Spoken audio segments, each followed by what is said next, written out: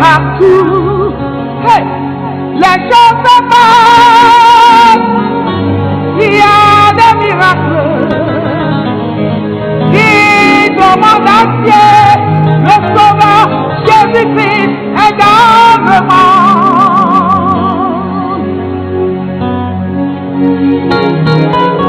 Hey,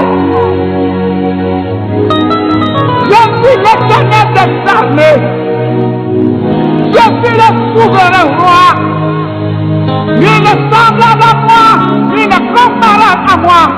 À mon nom, toujours nous doit fléchir et tout le monde doit confesser que moi, Jésus, je suis le Seigneur. Ok, alléluia. Amen.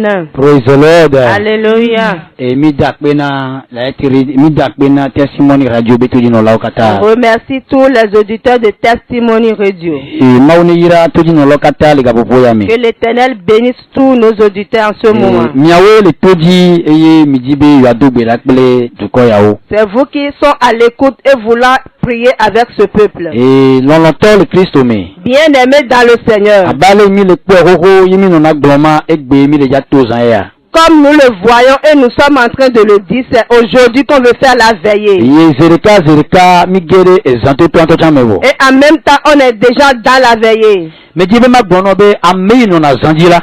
te dire que celui qui veille, il a la victoire dans la nuit. Il domine la nuit. Et la nuit n'a pas de pouvoir sur lui. Quand les esprits de l'obscurité, ils marchent dans la nuit. Et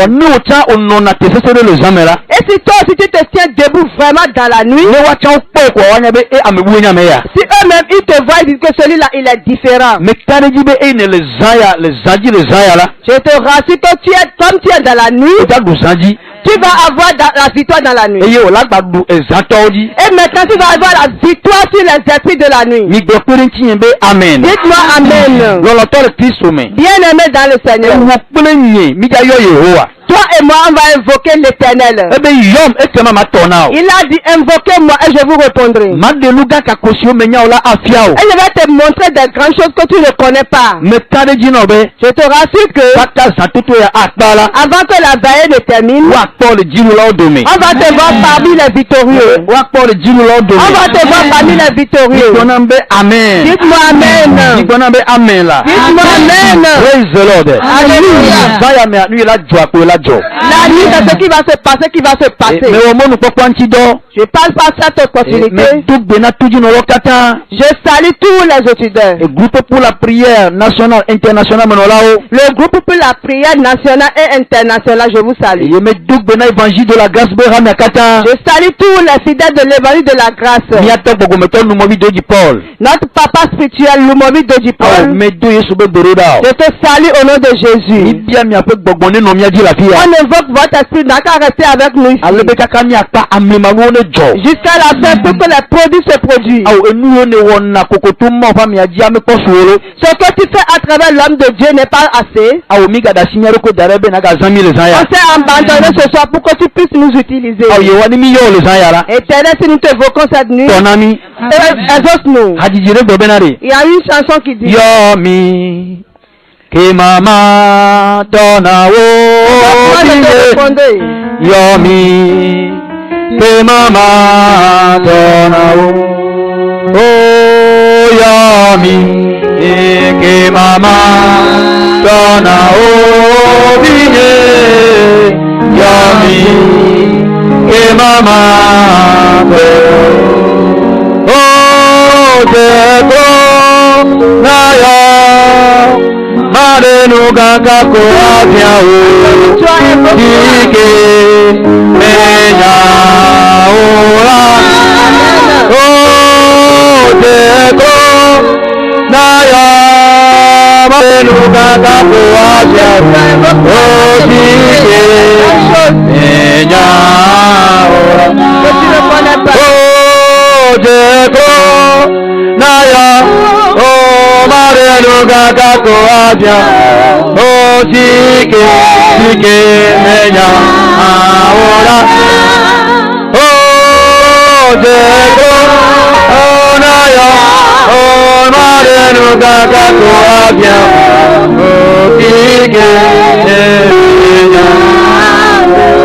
Les chants menés qui appellent le Kabobo Yamé. Tout le monde chante avec moi. Oh, Marenu Gagako Abiao.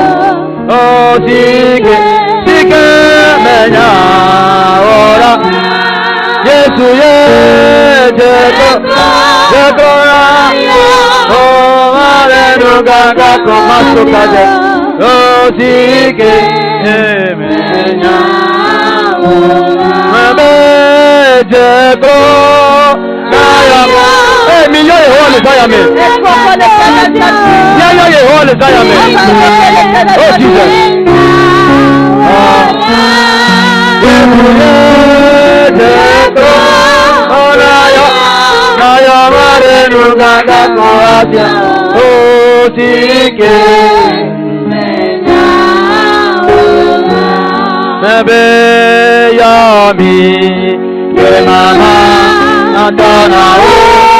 Obinye yami ke mama oh yami ke mama dona obinye yami ke mama dona oh dona yami oh mareno gagako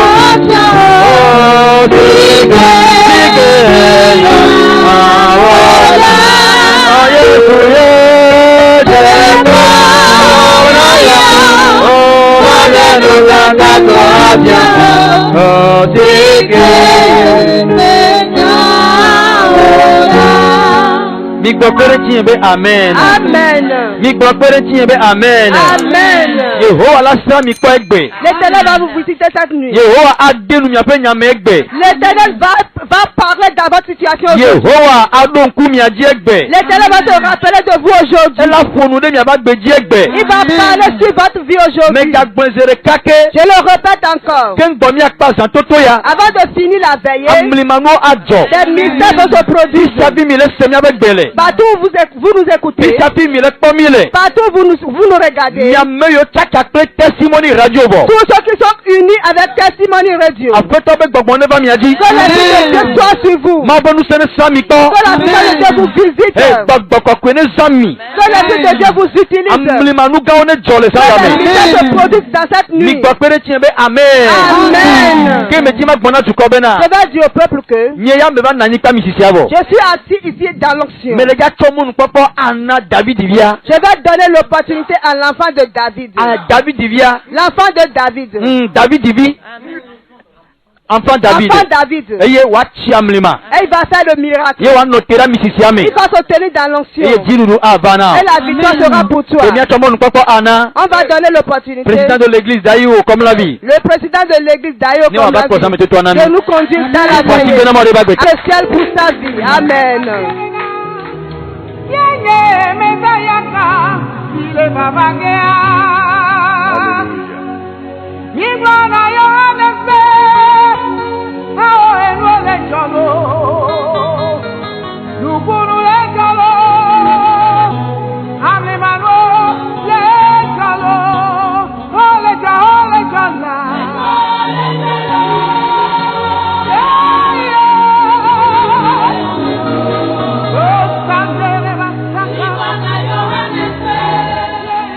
Alléluia. Amen. Partout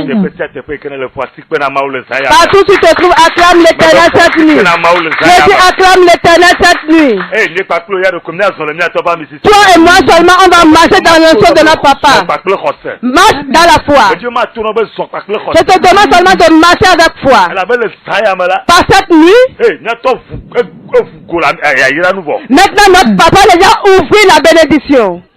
Il a déjà ouvert la porte de bénédiction. Ce qu'il reste seulement, on va le recevoir dans nos poches. Si tu crois, dis-moi amen à la maison. Toi qui es dans un pays lointain, je veux te rassurer que la distance n'est pas une barrière. Crois seulement que tu es avec nous ici. Et tu vas marcher dans la foi. Invite quelqu'un dans la maison. Touche quelqu'un qui est à côté. Oui, il faut l'appeler sur le téléphone. Dis-lui comme les enfants de Victor Diallo qui sont dans l'ancien. Nous sommes tenus comme des lions. Dites-moi amen. Cette nuit, dans la grande veillée, l'équipe qui est la première équipe qui est venue, on l'a donné le nom. Les vaillants combattants. Les vaillants combattants de l'évangile.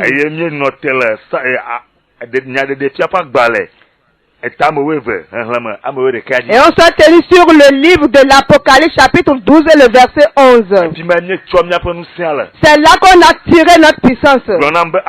Dites-moi amen dans la maison. Unis-toi avec moi, on va commencer.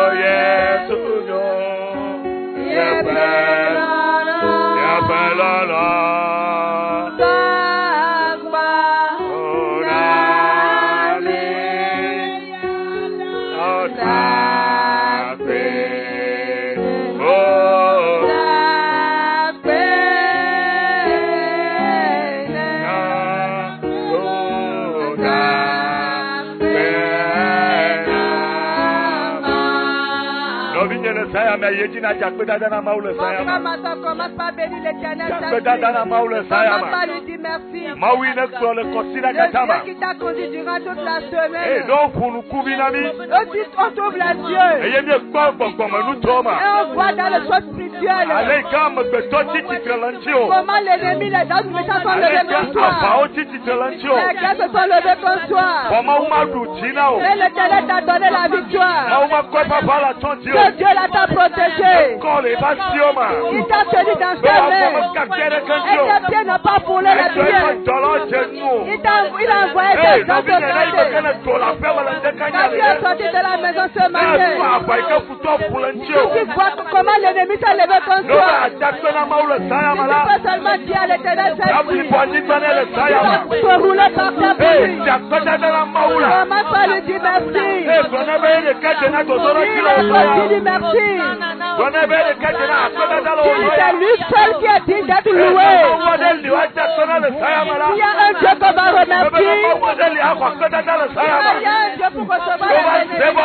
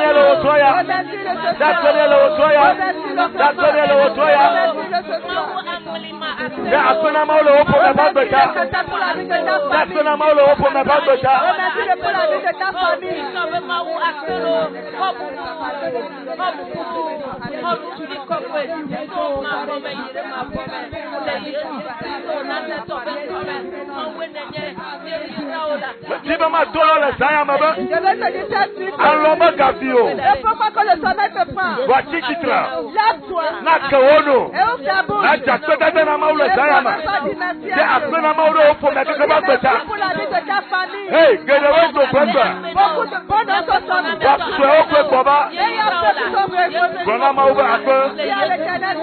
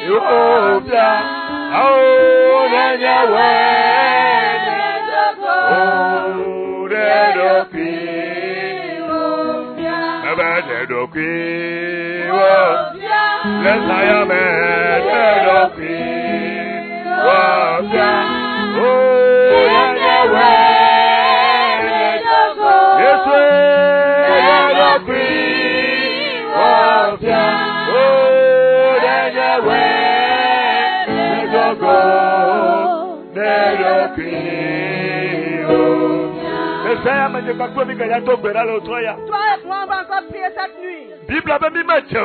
La Bible nous dit qu'on n'est pas digne. C'est la grâce. C'est la grâce qui a fait de nous des enfants de Dieu. Si on entre dans le livre de Corinthiens, la Bible dit que c'est une grâce pour les êtres humains. Que celui qui n'a jamais péché, on l'a fait venir un péché à cause de toi et moi. Pour que toi et moi puissions trouver la vie. Donc cette nuit, pour que moi et toi puissions agenouiller, fléchissons nos genoux, demandons pardon. Que l'Éternel nous pardonne nos iniquités. Le ciel va nous pardonner. Et on va faire de nous des enfants justes. Mais quand je retour où tu es, et pardon à l'Esprit de Dieu. Toutes tes iniquités. Quand tu as fait dans la journée, l'Éternel les efface. Et fait grâce ce soir. Demande pardon à l'Éternel.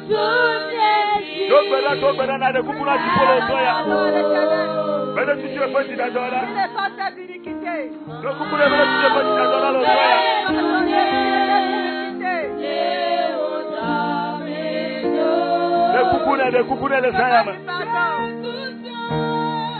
De kukune le sayama. Bene tutu ye pati dadora. Didada. Hey, Kayewo. Let's go for the camera. Hey, let's go for the camera. No one to see that on fire. Talk better. Talk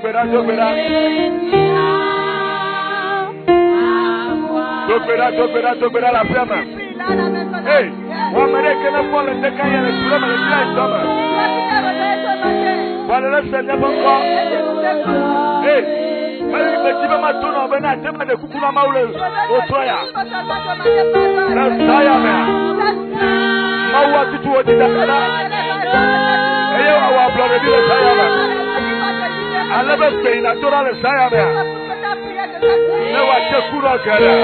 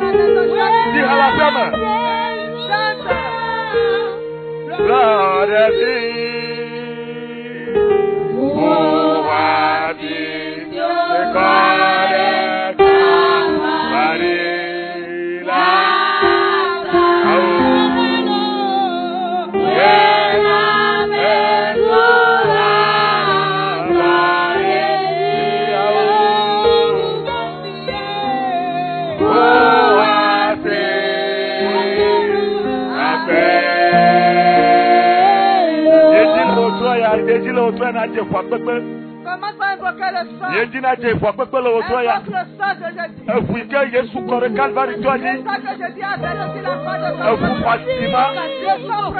Le sang qui continue à nous. Le sang qui continue à nous. Invoque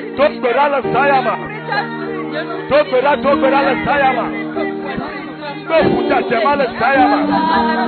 When you put a Ganani, I know where Sayama. I'm going to go whatever let you know the Sayama. Whatever let you know the Sayama. Whatever I talk on the Sayama. You put the Lupo, I cannot put on your That's when you go to Matana. Whatever let you know the Sayama. Whatever let you know the Sayama. Whatever way you have the Sayama.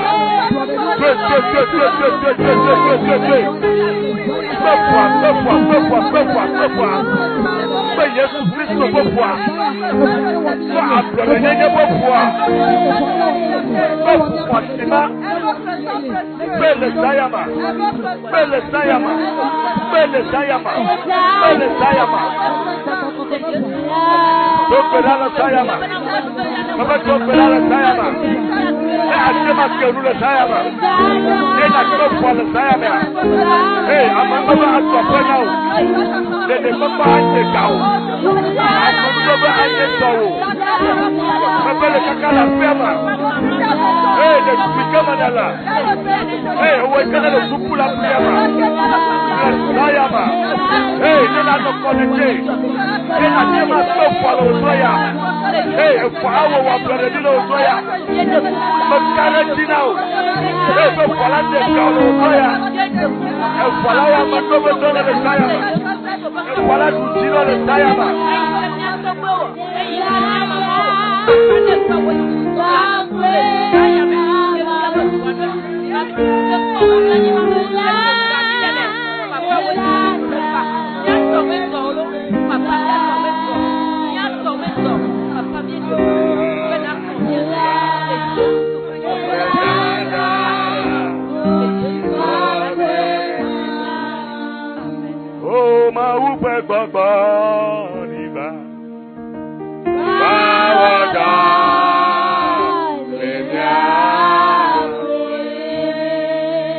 saya memang berusaha tiba.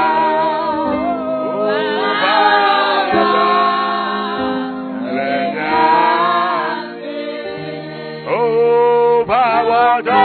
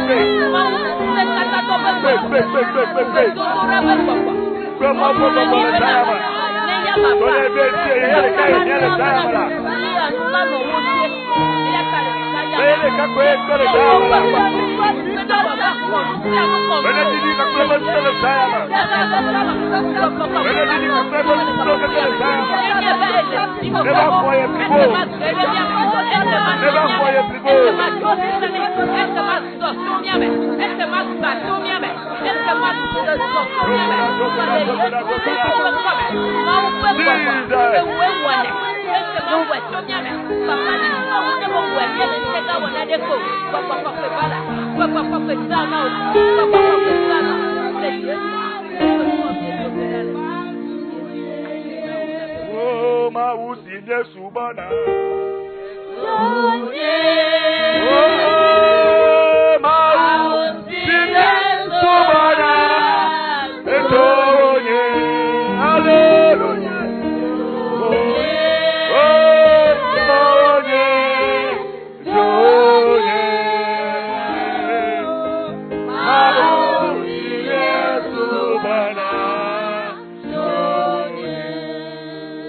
Saya memang usinya subana. Bebedelah sini subana. Haleluya.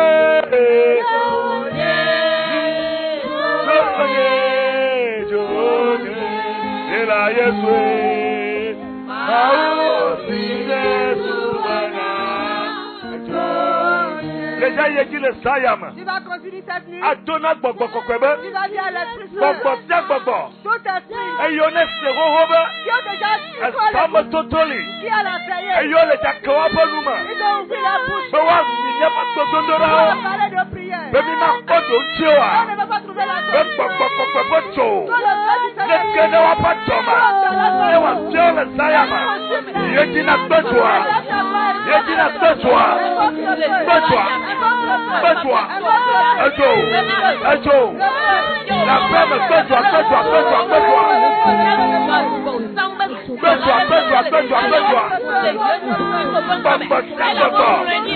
Ayone le sablama.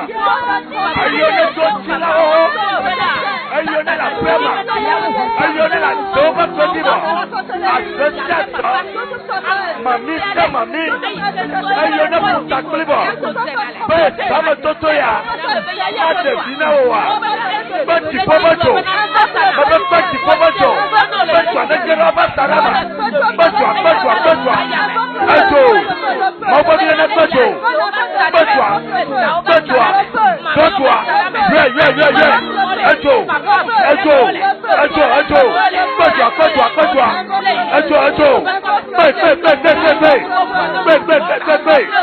Petit popoto. Popoto. Pele sayama. Baba pele sayama. Yotwa. Obi yotwa la pema. Obi yotwa la pema. Obi yotwa la pema. Hey, yotwa la pema.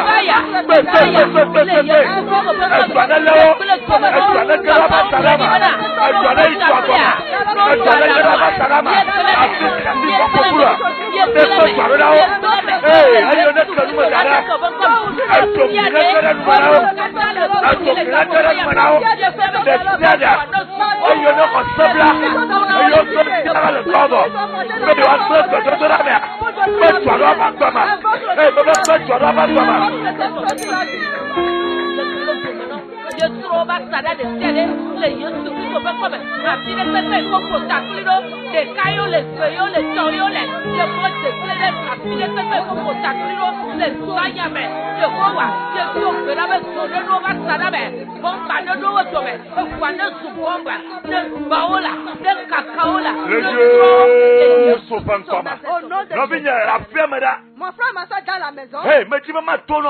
Je vais te dire que. C'est à théo de 4 parce que tu t'y là. Je vais s'unir avec nous. Le médecin, docteur, révérend Victor Ziankouba Mississima. Dans le nom de notre papa, docteur Victor. Mais tu vas me cano du nobe. Je vais te rassurer. Mieux la moi t'as dit qu'on s'en vient là. Nous sommes seulement sur le chemin.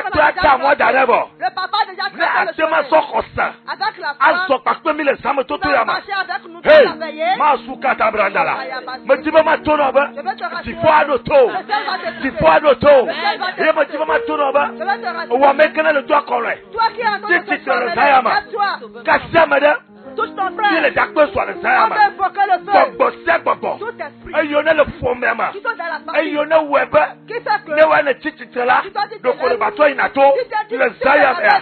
On l'a capturé le Sayama. Mais à tête que nous avons donc là. Il y a d'acteurs soit le autre. Il y a Bobo. Tout esprit. Pour me Bobo. Et comme Bobo. Et toi me Bobo. Asia me Bobo. Le peuple la Bobo. Le Sayama. Et toi le Dogo. Et toi le Dogo. Et tu n'as pas là. Ma vie toi. Toi.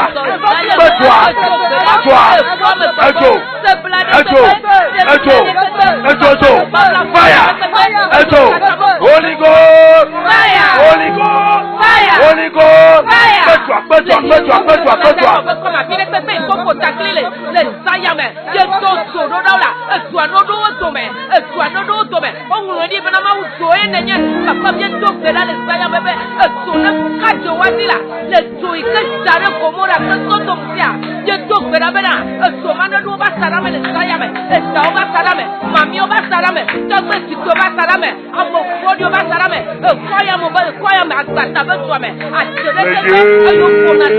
Christophe en commun. Amen. Amekaye mene. Yeswe. Amekaye mene. Amekaye mene. Le Zaya me dit que tu la ferme. Cette nuit, lève-toi dans la maison. Mais le Zaya me dit que tu la ferme. Lève-toi debout dans la maison. Là, tu es Dodora. Et comment ça se Là, tu es Dodora Maou. Comment ça se Amekaye pas comme le Zaya me.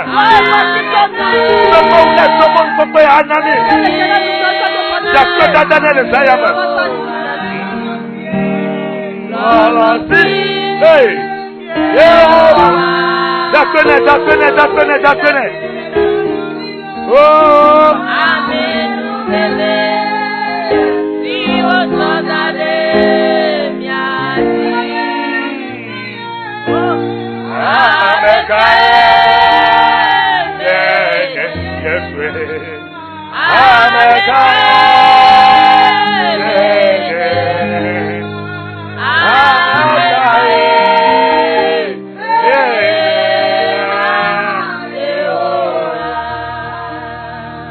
Amenez ma femme à venir à l'autre. Ce Comme Djakoya. n'est que le commencement. Papa m'a fait comme Djakoya. Ce n'est que le commencement, papa. Autonome, n'oublie pas de d'aller au. Toi-même, tu as déjà tout préparé. Toi, ou ame Samina. Partons loin. Dis-toi à Zianoukoudi. Dans Azianoukou. Quoi. Saint-Esprit. Vailledi. Viens commencer. Na domsemi. Fortifie-nous. Nyameyone tcha daruba fote. Nous qui tu nous as choisis à ses pieds. Ameyone daruba na subwe. Le non menyo toama. Tu nous as préparés pour le servir dans la bonne, comme il le faut. Benenya zokpe la agbeama. Marcher avec lui dans le champ. Bene wunu kola. S'il arrose, s'il sème des choses, s'il sème, Bene na wuti redia. nous on va arroser. Quoi. Saint-Esprit, E wosi wula nyoto. toi qui Le arroses sayamea. cette nuit, Vailledi. viens commencer. Sareya.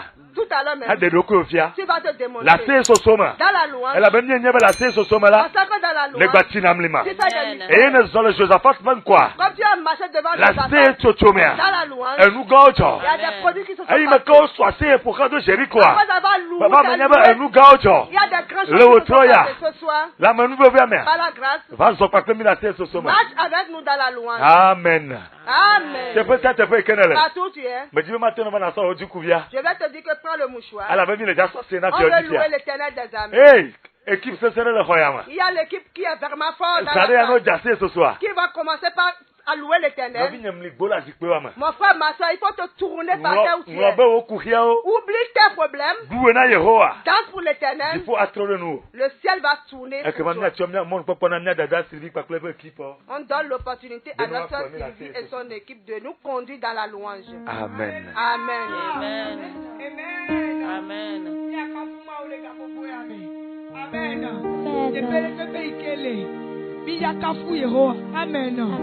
Mais quand il venait me gâter tout le monde peut remonter il les romains.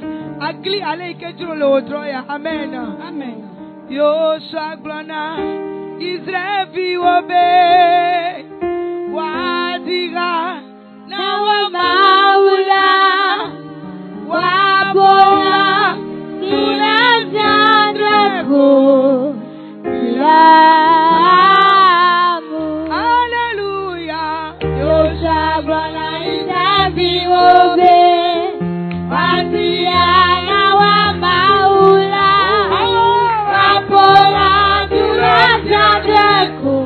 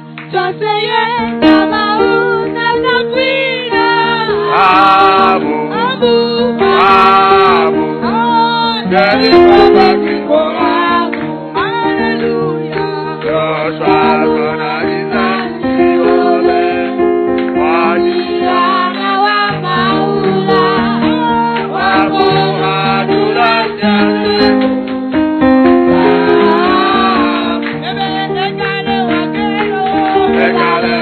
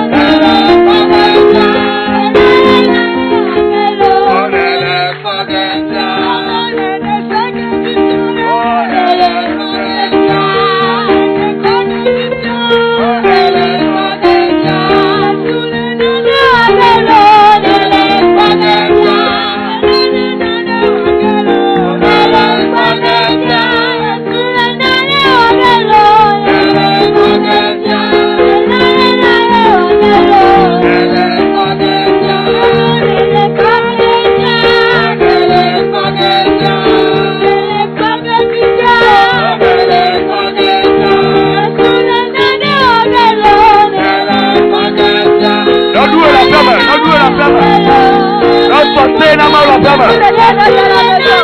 Rati Koya Wala Yama. Ewele Osama Sobadi. Dikitele Sobadi la Osama. La Tomune Hoa.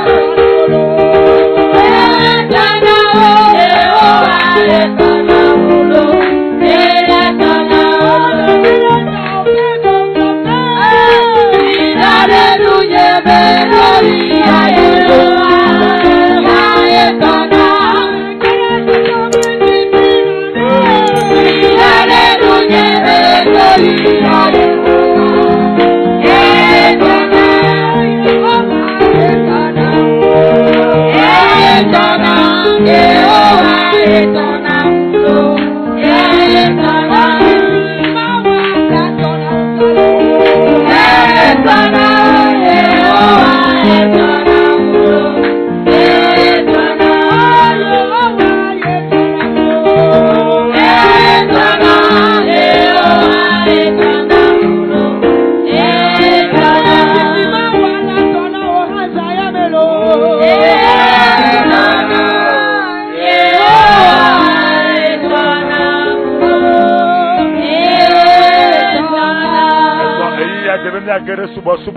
C'est le moment de l'adoration. Quel qu'en soit ce que tu es dans ton service, quelle qu'en soit ta valeur, si tu peux seulement s'humilier ce soir, je vais te dire dans l'assurance que le Dieu qui est je suis, il va te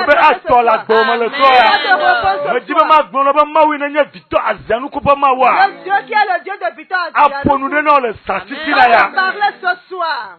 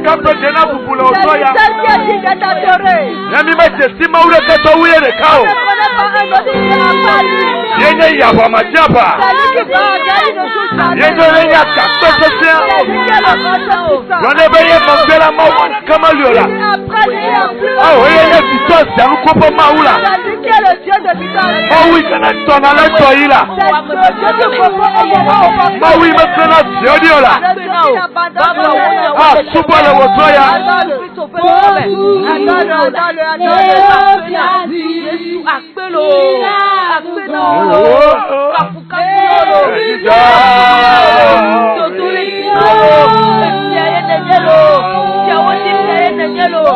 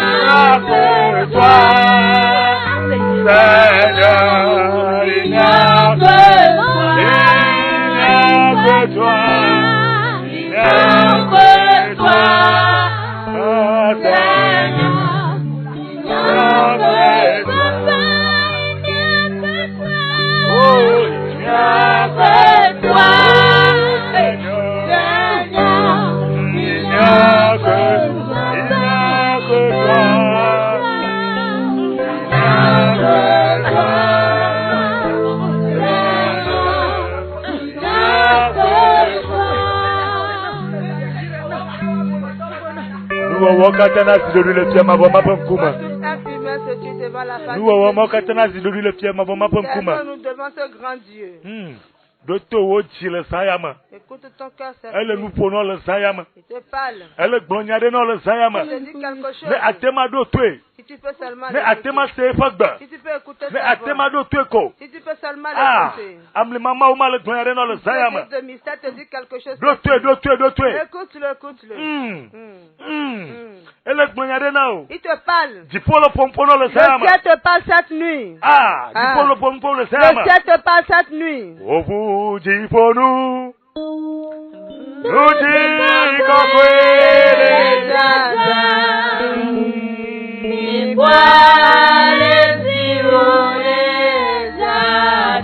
Ovu diponu lo.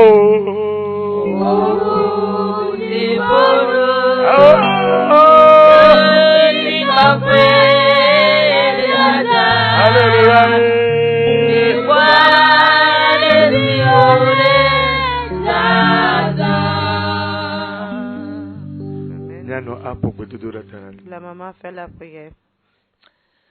Miape si tope miape kona metomie de akpenao. Yehova nous sewo katato amlima be ma o mie do de dile zaya me. Amen. Mie globe wo de ka kwenye ma wo. Afi to kle to gbe ona va wenye ma wo. De ke me dongo na o de ke me do me gbe na o de ke ha me gale vavago. O yo onko be Jehova Shama. Jehova Elohim. Jehova Adonai. Jehova Eshadai. Bubu now. Suba now. Kafu now. Kele zaya me. Miomie va. Les zaya me lo Kristo Yesu ben kwadi. Bena mi atoza. Kake mi nye bena wenye esaba peto. Papa mi do gbeda les zaya me be. Va kosa be jogone o kataji do se. Le Yesu Kristo Nazareto ben kome. O nguledi be klosia klodo la jelo Kristo Yesu ben kwadi. Eye adesia de aglobe wo Yesu de kakwenya afeto. Kele zaya me miomie to bubu now. Eye miape tada o vuo me. Miape dokavio globe na wenye miape sitope. Eye miape tada o kata o globe na wenye miabe hona meto. Miaba fofle miaba sikio kata o do desi. Yehowa miafa duo kata do nkode di bo. Apeto akpena o. Bubu fiamye subola. Papa edwadi la siome. Ame ikeji togele papa la siome lo. Papa mie dogbeda be zele o troya. Zele zatitina ya. Amiade ikele tozi. Amiade ikele gapopo ya me. Eyo le mokpokpo budwe. Kake papa le zaya me a. Eto edweji obe hafiwa globe. Amen la. Papa si tope asuyesi.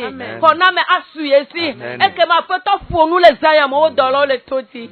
Gbogbo kokwe akpe na o. Bubu na o. Ela be se wu ale mi omidi. Evu atava me. Amen. Amen. Tu peux s'interpréter le Seigneur pour encore. Partout tu es à nous écoutant. Mais je vais maintenant me dire que je vais te dire encore, acclame l'Éternel tout puissant. Acclame dans ta maison là où tu es. Acclame dans le salon où tu es. Je vais te dire que toi qui es malade, acclame cette nuit. Toi qu'on a déclaré stérile, acclame cette nuit. Ce soir, nous sommes venus dans une ancienne. Nous sommes dans une autorité. Pour te donner la parole, après ça, on va prier. En même temps, unis-toi avec moi. Avec toutes tes pensées, toute ta force. Je salue encore mon papa bien-aimé. Celui que tout le temps, son désir est que tout le monde entier entende la parole de Dieu. Son désir, que la parole de Dieu soit le manger pour tout le monde.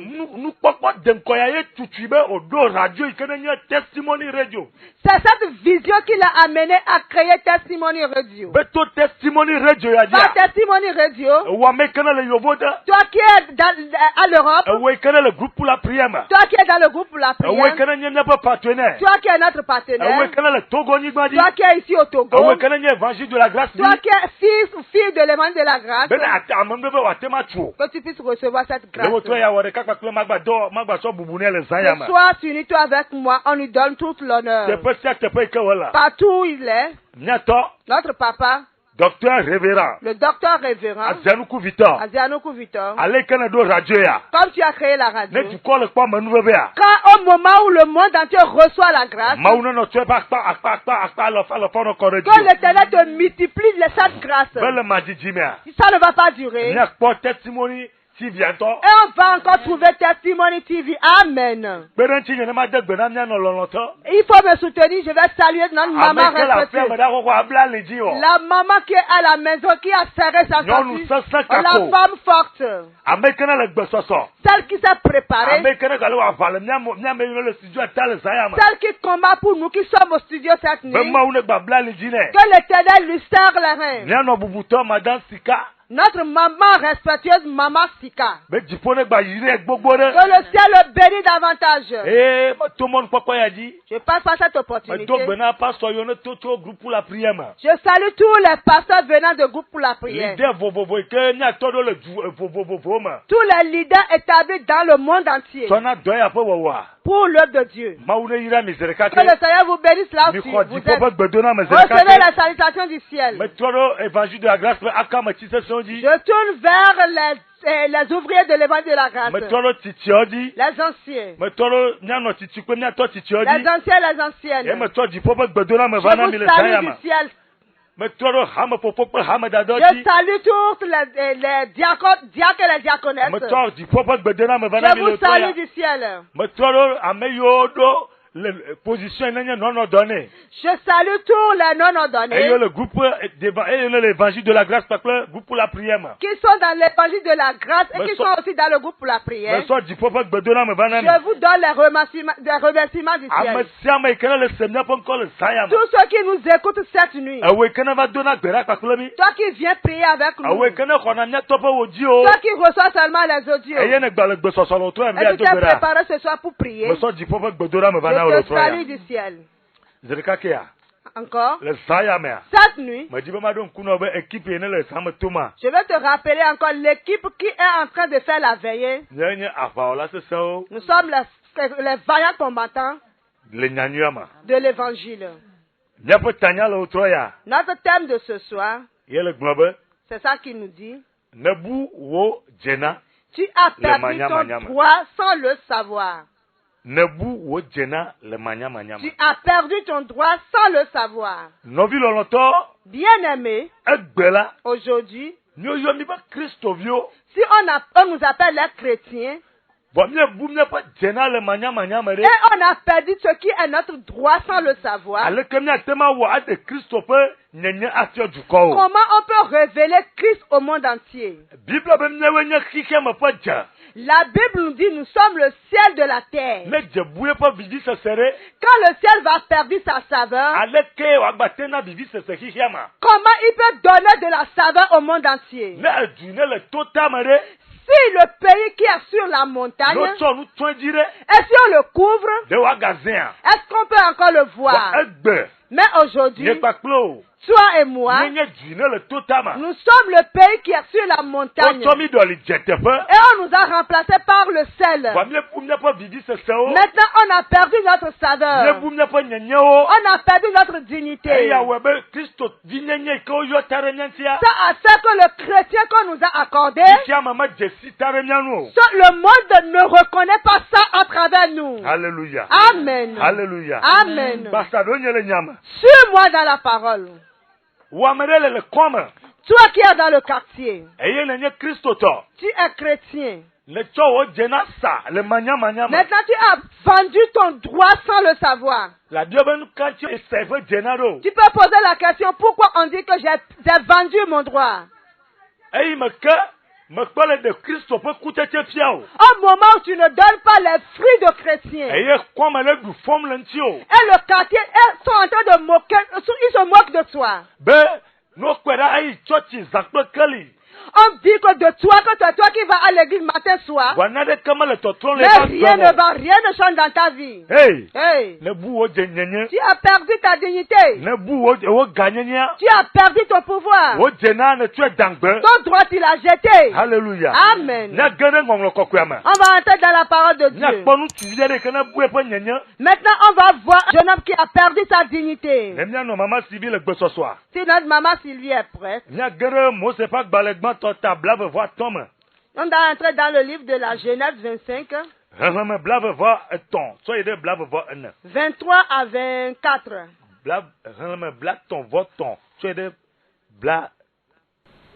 33. 33 à 34. Nyakpo miaƒe mawu nya le Mose ƒe agbalẽ gbãtɔ eta bla vevɔ atɔ̃ tso kpukpui bla tɔ̃vɔ etɔ̃ egblɔ bena eye Yakobo gblɔ be ka atam ƒu edzi nam gbɔ tete wòka atam nɛ eye wòtsɔ eƒe ŋgɔgbe vivi nyenye ƒle na Yakob. Amen. Amen.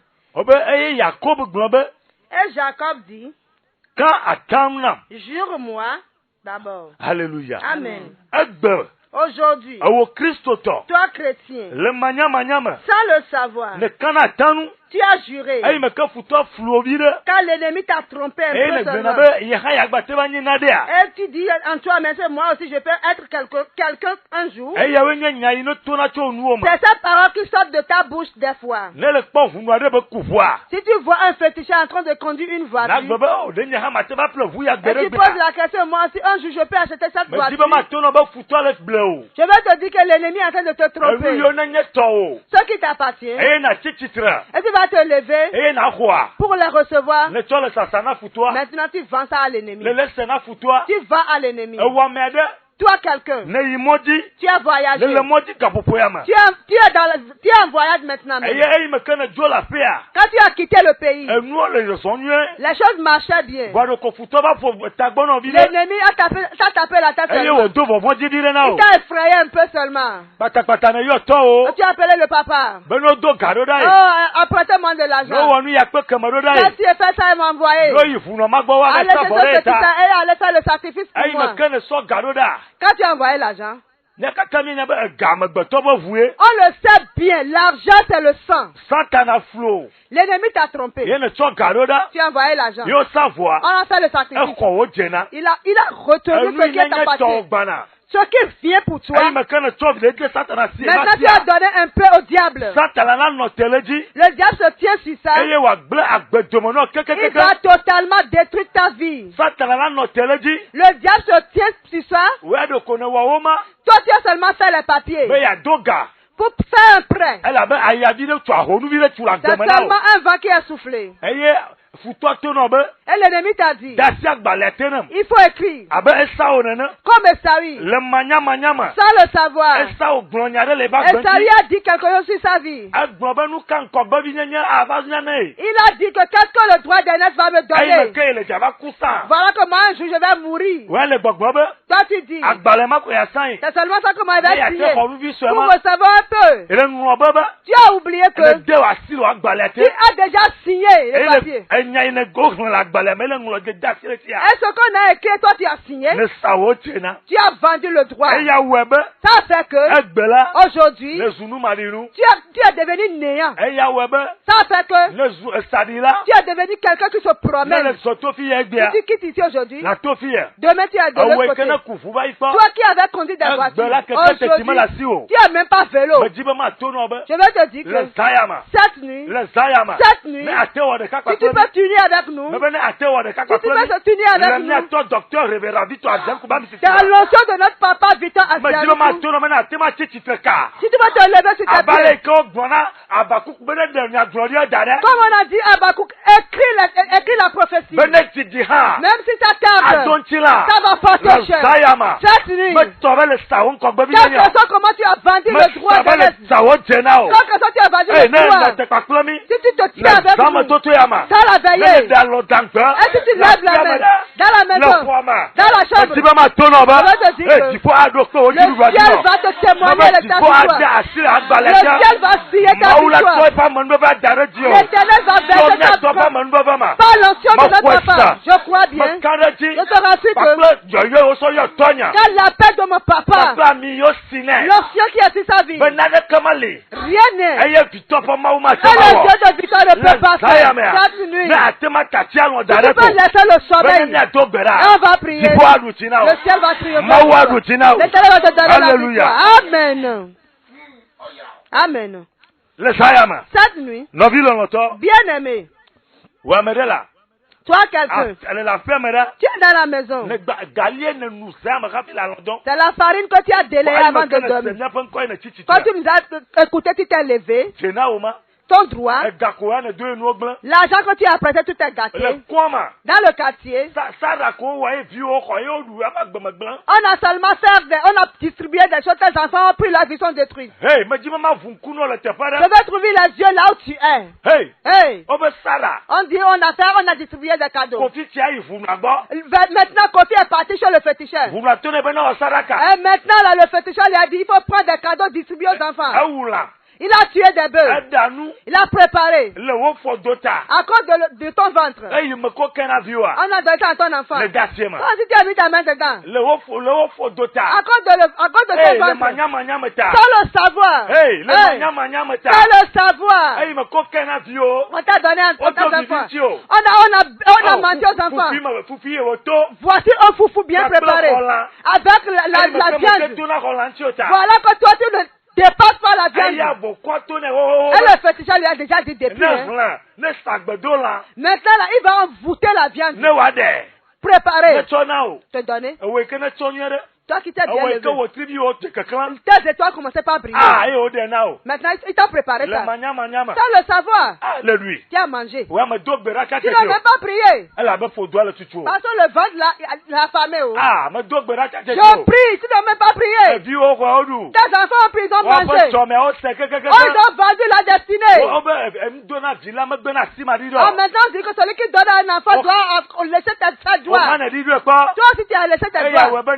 Ça fait que ta destinée, tu l'as vendue. Tu as vendu ton droit. Toi,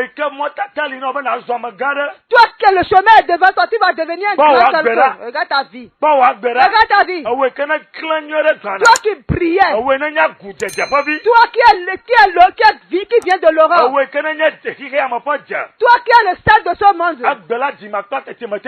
Aujourd'hui, là, tu es incapable d'acheter des sandalettes. À cause du cadeau qu'on t'a donné, tu as mangé. Je vais te dire cette nuit que le jeune homme qui est dans la Bible, qui s'appelle Esaü, son frère Jacob, la Bible dit que son jumeau, depuis le ventre de leur maman, le petit frère jalousait le grand frère.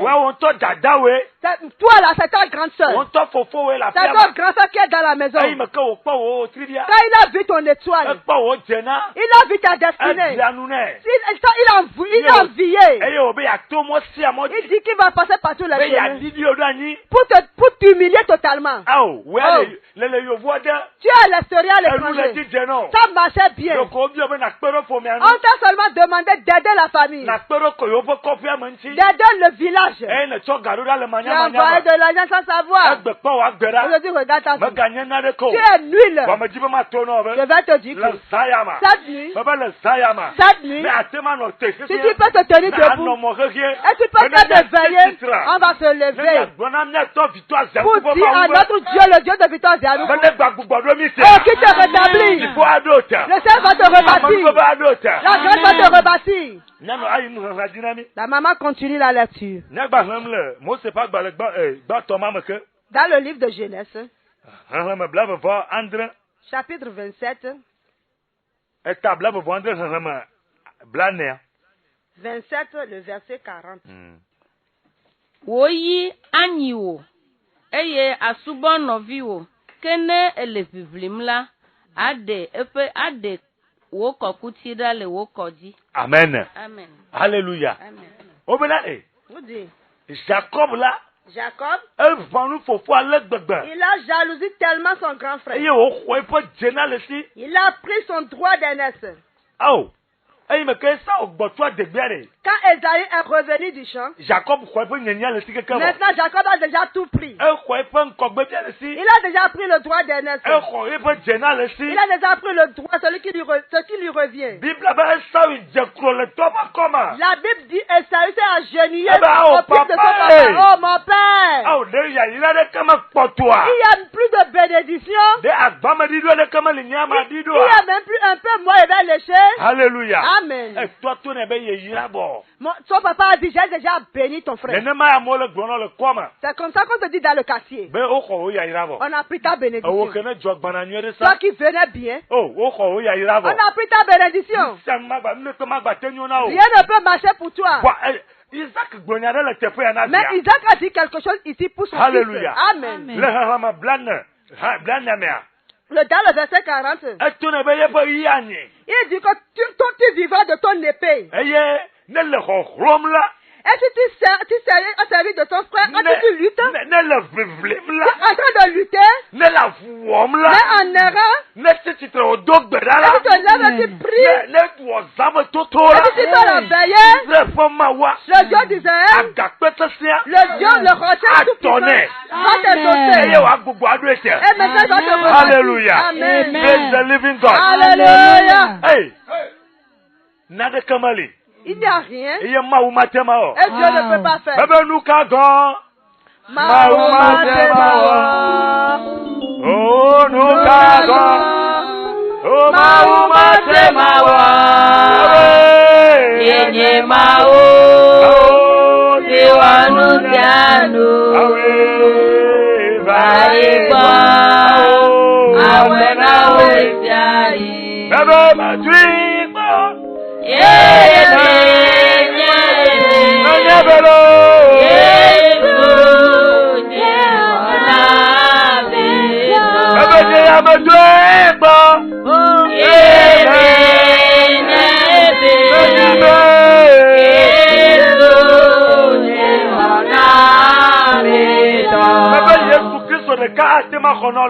C'est seulement Jésus qui peut te sauver cette nuit.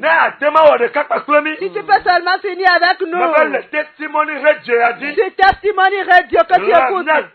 Révérend Victor Azianoukou Mississippi. L'onction de notre papa révérend Victor Azianoukou. Je me confie dans l'appel que l'Éternel lui a donné. Et je vais te dire avec assurance que s'il a un nom et tu en invoques cette nuit, et Jésus va répondre. C'est pourquoi cette nuit, si tu peux signer avec nous, hey. Je vais te dire que la bénédiction de Saoui, il a retrouvé sa bénédiction. Si Job a eu sa bénédiction, Job a eu sa bénédiction. La Bible me fait savoir que Job a maudit le jour de sa naissance. Quand Job s'est levé, il a prié. Quand il a dit au diable que tu as avalé ce qui est interdit, l'Éternel a encore rebâti. Cette nuit, si tu peux finir avec nous dans la prière, je te rassure que l'Éternel va encore te rebâtir.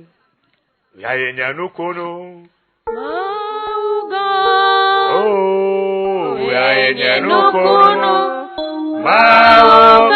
Hallelujah.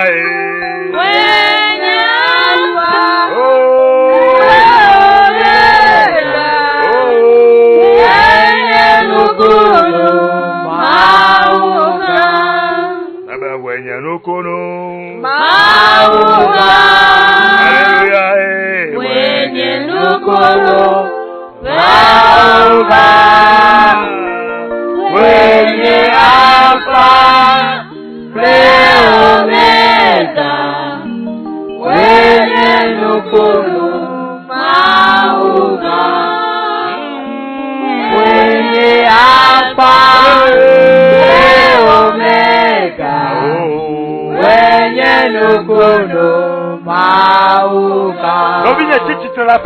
Mon frère, ma soeur, lève-toi dans la maison. Partout où tu es cette nuit, lève-toi. Si le sommeil te dérange, va laver ta figure. Vite, vite. On veut commencer. Cette nuit. Si tu peux ouvrir ta bouche. L'Éternel cette nuit.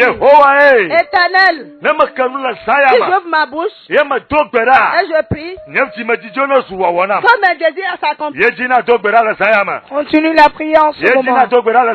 Prie, prie, prie en ce moment. Dis à l'Éternel. Si tu ouvres ta bouche et tu pries, tes désirs, que ça se réalise. Que ça se réalise. Que ça se réalise. Que ça se réalise. Prie, prie, prie, prie, prie, prie, prie. Prie, prie, prie, prie, prie,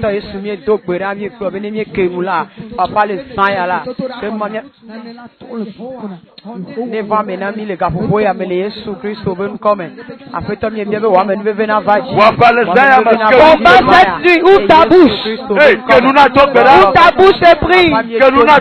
Ouvre ta bouche et prie. Dis-le à l'Éternel cette nuit. Prie, prie, prie, prie, prie, prie, prie, prie.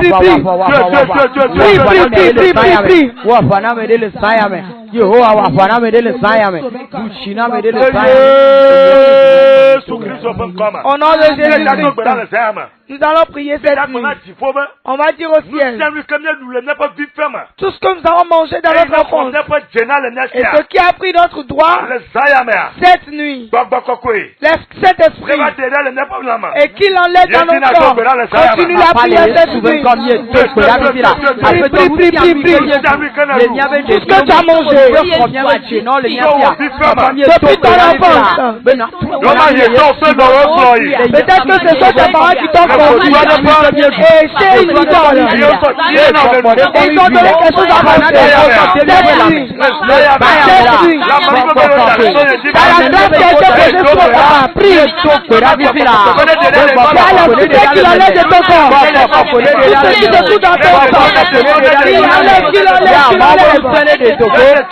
Qu'il enlève, qu'il enlève.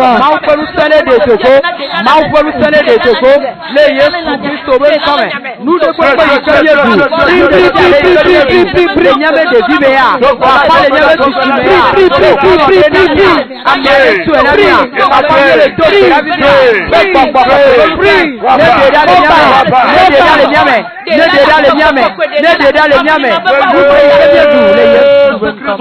au nom de Jésus-Christ. Toi tu envoies l'argent, ils ont fait ça avec un sacrifice. Et ils ne t'ont pas fait savoir qu'ils vont utiliser l'argent pour un sacrifice. Et tu es devenu zéro dans le pays. Cette nuit, tu vas prier. Dis au Dieu du ciel. Et tout ce qu'ils ont retiré de toi, ils ont sacrifié pour cela sans savoir. Ça a apporté le malheur dans ta vie. Cette nuit,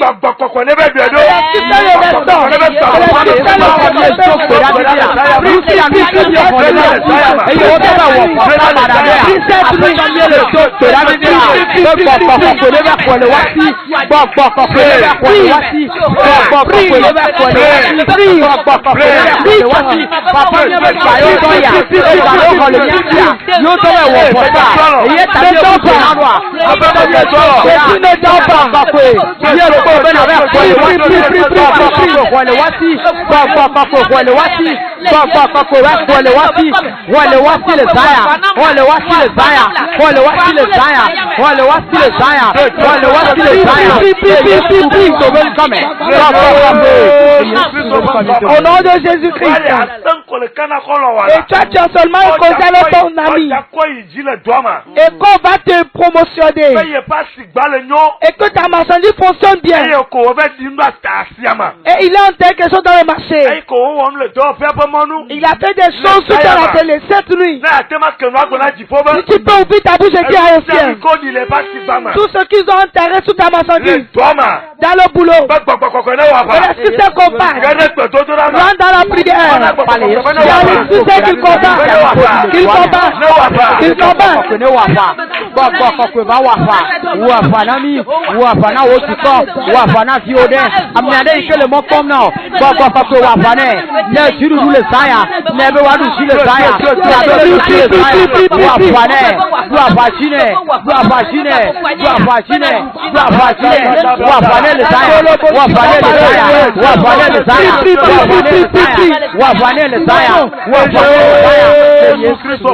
Au nom de Jésus, tu es mon salon encore prier.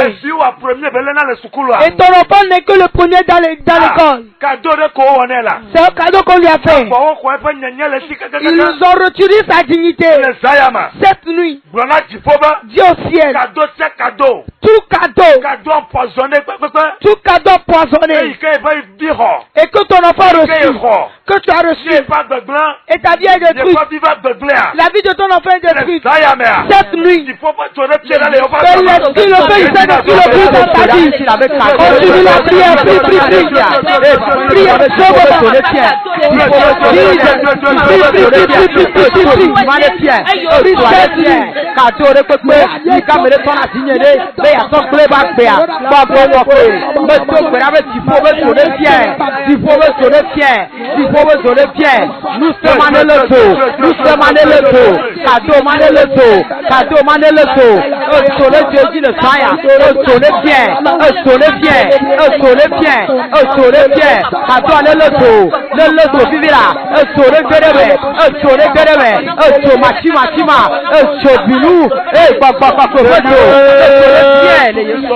au nom de Jésus-Christ. Toi, quelqu'un, les choses sont détruites complètement, tu commences par voir des choses. Et puisque tu as signé un papier, et l'ennemi se tient dessus et retire les autres. Si nous pouvons prier cette nuit, tu diras au ciel, il annule tes signes, tes signatures sur tes papiers, l'Éternel va te rétablir. Cette nuit, Dieu au ciel, ce papier que tu as signé, il le sort rapidement cette nuit. Et l'ennemi va plus utiliser tes signatures.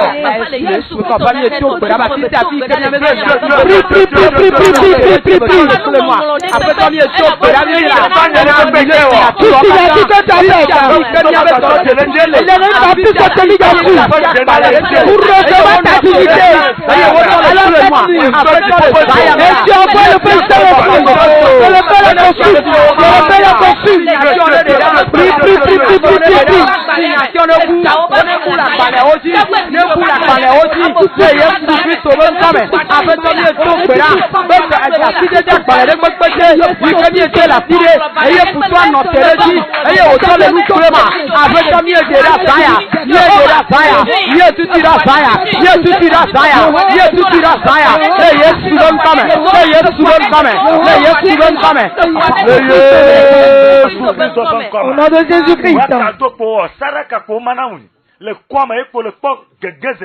Et toi, c'est seulement les cadeaux qu'on a distribués, tu as eu ta chute. Tu vas invoquer le feu du Saint-Esprit. Et qu'il descend et qu'il brûle ces choses dans ta vie. Prie, prie, prie, prie. Invoque le feu du Saint-Esprit. Le feu du ciel. Invoque le feu, invoque le feu.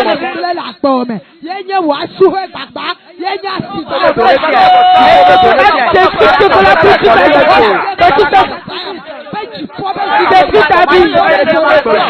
Détruis ta dignité. Fais-toi consommer.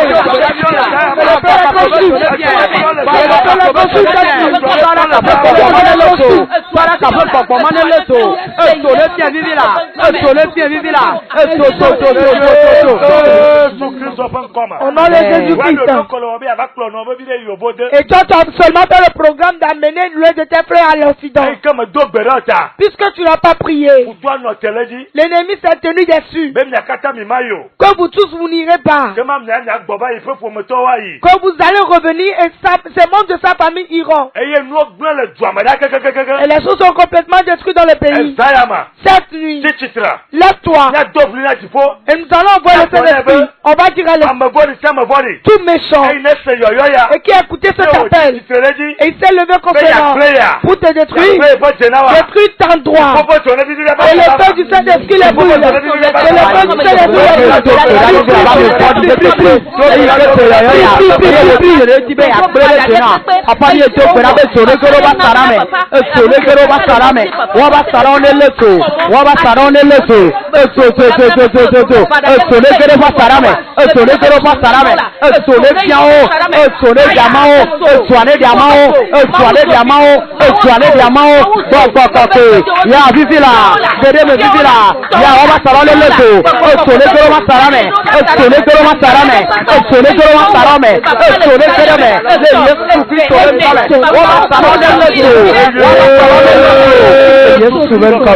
Amen.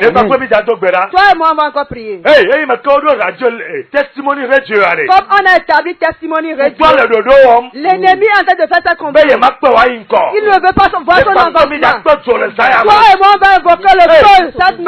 Quand le feu descend dans leur bureau, partout ils se rassemblent. Et à la couvert, quand le puissant du ciel,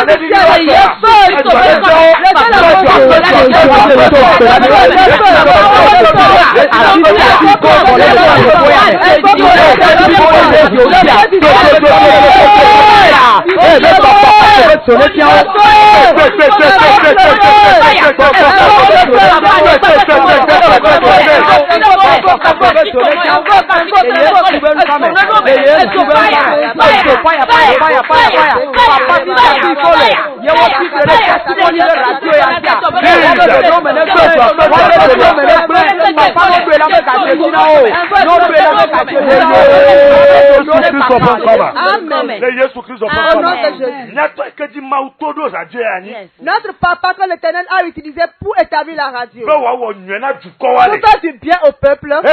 Donc c'est pas pour toi, tu crois que l'ennemi ne se lève pas? L'ennemi va faire semblant. Va élever ses formes. Toi et moi on va prier ça. Si notre papa sort, le faire partout.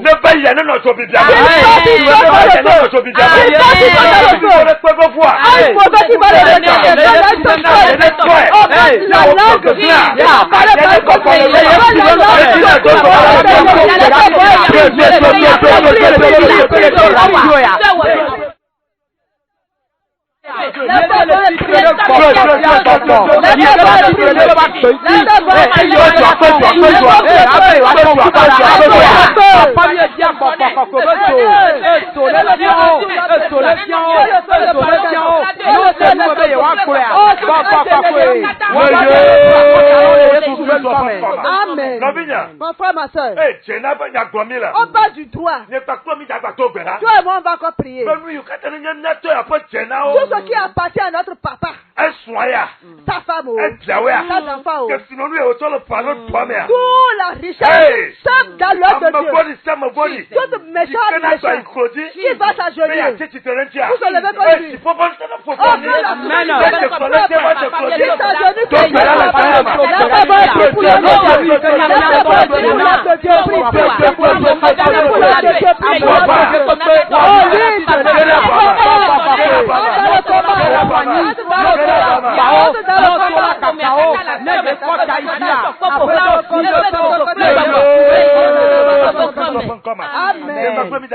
Toi et moi, on va prier. Il y a certains frères et soeurs dans le groupe pour la prière. Leur volonté n'est pas d'aller à l'extérieur et les choses vont gâter. Certains sont à l'extérieur. Ils veulent bien soutenir l'œuvre. Mais l'ennemi s'est levé contre eux. Ils n'arrivent pas à tenir leur droit pour soutenir l'œuvre. On va prier cette nuit. Partout se trouve. Quand le feu du ciel descend dans leur œuvre, est-ce que la vie entre dans leur cœur? Quand le ciel triomphe, qu'ils puissent soutenir l'œuvre.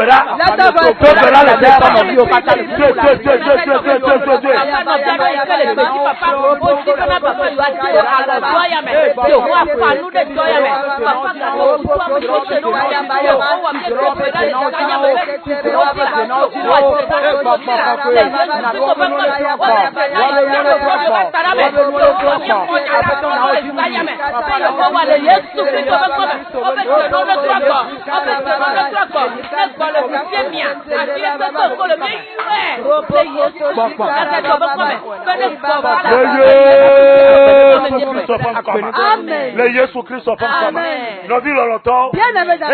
Mais dis moi tu n'as pas ça déjà on y est là.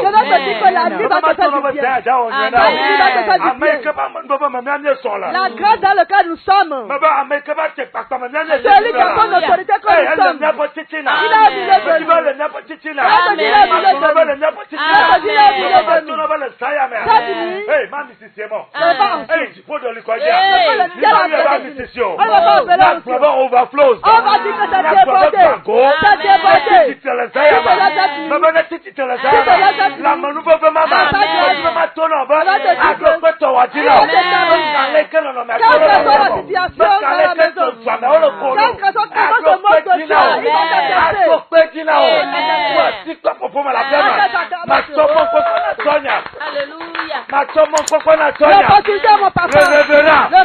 docteur, évangéliste, Victor, Azianoukou, acclame le ciel pour sa vie, acclame le Dieu pour sa vie, amen.